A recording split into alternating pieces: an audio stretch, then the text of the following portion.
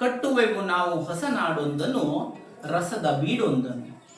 ಹೊಡೆವವರು ಬನ್ನಿರೋ ತಡೆವವರು ಬನ್ನಿರೋ, ನಿಮ್ಮೆಲ್ಲರನ್ನು ಸದೆಬಡಿದು ನಿಮ್ಮ ಮಸಣದ ಮೇಲೆ ಕಟ್ಟುವೆವು ನಾವು ಹೊಸ ನಾಡೊಂದನು ರಸದ ಬೀಡೊಂದನು.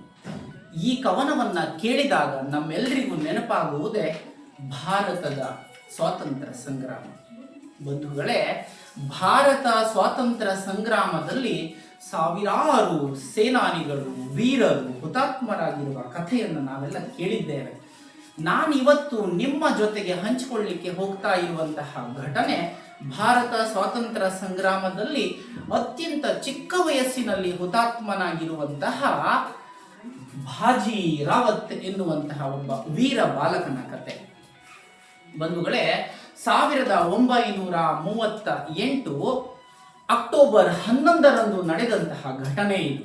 ಆ ಕಾಲಘಟ್ಟದಲ್ಲಿ ಒಡಿಸ್ಸಾದಲ್ಲಿ ಇರುವಂತಹ ಒಂದು ದೇಖನಾಲ್ ಎನ್ನುವ ಸಂಸ್ಥಾನದಲ್ಲಿ ಒಬ್ಬ ಶಂಕರ್ ಪ್ರತಾಪ್ ಸಿಂಗ್ ಎನ್ನುವಂತಹ ಒಬ್ಬ ರಾಜ ಜನರ ಮೇಲೆ ಅತಿ ಹೆಚ್ಚಿನ ಕರವನ್ನ, ತೆರಿಗೆಯನ್ನ ವಿಧಿಸ್ತಾ ಅವರಿಗೆ ದೌರ್ಜನ್ಯವನ್ನ ಮಾಡ್ತಾ ಇರ್ತಾನೆ.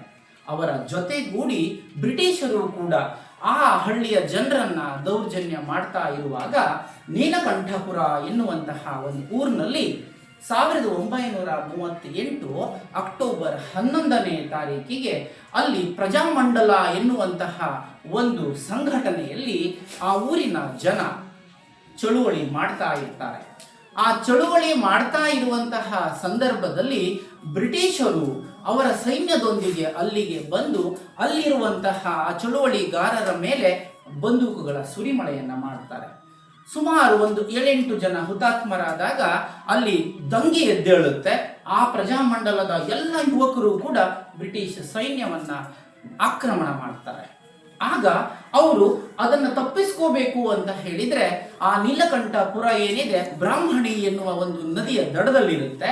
ಆ ನದಿಯನ್ನ ದಾಟಿ ಹೋಗಬೇಕು. ನಾನು ನಿಮಗೆ ಹೇಳಲಿಕ್ಕೆ ಹೊರಟಂತಹ ಈ ಬಾಜಿ ರಾವತ್ ಎನ್ನುವಂತಹ ಒಬ್ಬ ವೀರ ಬಾಲಕ ಸಿಗುವುದೇ ಈ ಬ್ರಾಹ್ಮಣಿ ನದಿಯ ದಡದ ಮೇಲೆ. ಬಂಧುಗಳೇ, ಈ ಬಾಜಿ ರಾವತ್ ಎನ್ನುವಂತಹ ಒಬ್ಬ ಹುಡುಗ ಏನಿದ್ದಾನಲ್ಲ, ಇವನು ಪ್ರಜಾಮಂಡಲದ ಒಂದು ಸೇನೆಯ ಒಬ್ಬ ಚಿಕ್ಕ ಬಾಲಕನಾಗಿ ಆ ದಿವಸ ಕರ್ತವ್ಯದಲ್ಲಿರ್ತಾನೆ. ಅವನ ಕರ್ತವ್ಯ ಏನು ಅಂತ ಹೇಳಿದ್ರೆ ನದಿಯ ದಡೆಯ ಮೇಲ್ಗಡೆಗೆ ದೋಣಿ ದಾಟಿಸುವಂತಹುದು. ಆದರೆ ಅವನ ನಿಜವಾದ ಕರ್ತವ್ಯ ಆ ದೋಣಿಯ ದಡದಲ್ಲಿ ನಿಂತ್ಕೊಂಡು ಅಲ್ಲಿ ಬ್ರಿಟಿಷರ ಆಗಮನಗಳನ್ನ, ಸುಳಿವನ್ನ ನೀಡುವಂತಹ ಕೆಲಸವೇ ಅವನದ್ದಾಗಿರುತ್ತೆ.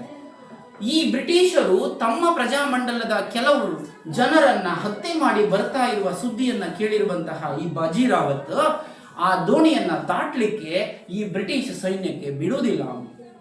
ಬ್ರಿಟಿಷರು ಬಂದೂಕುಗಳ ಮೂಲಕ ಇದ್ದಾರೆ, ಅವನನ್ನ ಹೆದರಿಸ್ತಾರೆ, ಗದರಿಸ್ತಾರೆ. ಆದರೆ ಅವರು ಯಾರಿಗೂ ಕೂಡ ಆ ದೋಣಿಯನ್ನ ಹತ್ತಲಿಕ್ಕೆ ಬಿಡುವುದಿಲ್ಲ. ಆಗ ಬಂದೂಕಿನ ತುದಿಯಿಂದ ಅವನ ತಲೆಯನ್ನ ಇರಿತಾರೆ, ರಕ್ತ ಸೋರ್ತಾ ಇದೆ. ಆದರೂ ಕೂಡ ಈ ಬಾಜಿ ರಾವತ್ ಅನ್ನುವಂಥವನು ಬ್ರಿಟಿಷರನ್ನ ಅಲ್ಲಿಂದ ತಪ್ಪಿಸ್ಕೊಳ್ಳಿಕ್ಕೆ ಬಿಡುವುದಿಲ್ಲ. ಜನರ ಆಗಮನ ಆಗ್ತಾ ಇದೆ. ಬ್ರಿಟಿಷ್ ಸೈನ್ಯರು ಅವರೆಲ್ಲವೂ ಕ್ರೂರವಾದ ಮನುಷ್ಯರು. ಆ ಸಣ್ಣ ಹುಡುಗನನ್ನು ಕೂಡ ಲೆಕ್ಕಿಸದೆ ಆ ಕ್ಷಣದಲ್ಲಿ ಅವನನ್ನು ಬಂದೂಕಿನಿಂದ ಗುಂಡಿಟ್ಟು ಸಾಯಿಸಿ ಬಿಡ್ತಾರೆ. ಬಂಧುಗಳೇ, ಘಟನೆ ಚಿಕ್ಕದಾದರೂ ಕೂಡ ಆ ಬಾಜಿ ರಾವತ್ತನಿಗೆ ತನ್ನ ದೇಶದ ಮೇಲಿರುವ ಪ್ರೇಮ, ಬ್ರಿಟಿಷರ ಮೇಲಿರುವ ಕ್ರೋಧ ನಮ್ಮ ಎಲ್ಲರನ್ನು ಕೂಡ ಎಚ್ಚರಿಸುತ್ತೆ.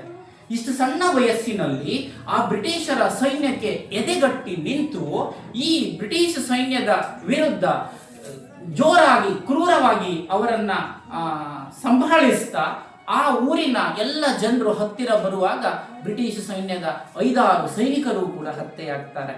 ತನ್ನ ಪ್ರಾಣ ಕಳೆದುಕೊಂಡರೂ ಕೂಡ ಭಾರತದ ದೇಶ ಪ್ರೇಮಕ್ಕಾಗಿ ಈ ಬಾಜಿ ರಾವತ್ ಹೋರಾಡಿ ಹುತಾತ್ಮನಾಗಿರುವಂತಹ ಘಟನೆ ನಿಮ್ಮೆಲ್ಲರಿಗೆ ಕೂಡ ಪ್ರೇರಣೆ ಆಗಬೇಕು.